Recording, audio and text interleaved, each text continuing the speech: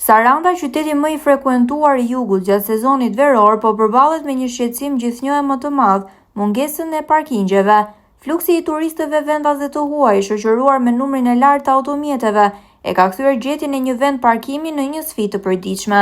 Drejtuesit e automjeteve shpesh detyrohen të qarkullojnë për minuta të tëra nëpër qytet në kërkim të një hapësire.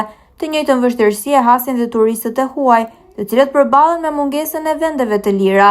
Në pamjet e siguruara nga kamera e televizionit Apollon, disa automjete shfaqen të parkuara në trotuar përpara kishës në qendër të Sarandës. Për disa prej tyre janë vendosur gjoba, ndërsa të tjera në të njëjtën hapësirë dhe në kushte të ngjashme nuk janë dëshkuar. Kjo ngre pikpyetje të qytetarët për mënyrën se si zbatohet ligji dhe kërkon më shumë transparencë dhe një trajtimi të barabartë nga strukturat e policisë. Po parkimi nuk është i vetmi problem. Një tjetër shqetësim mbetet pastërtia. Në rrugë pranë pemëve dhe në sheshin përpara kishës, shpesh shihen mbetje dhe shishe plastike të hedhura nga persona të papërgjegjshëm. Në disa zona mungojnë dhe koshat e vegjël, duke e bërë më të vështirë ruajtjen e pastërtisë. Saranda është qytet me potencial turistik gjatë gjithë vitit dhe kërkon zgjidhje afatgjata.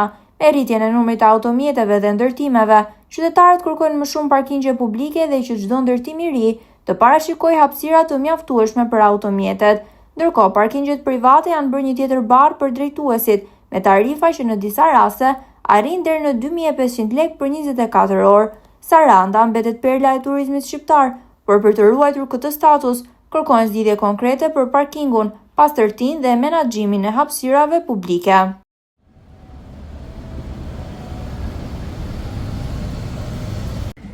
Lera.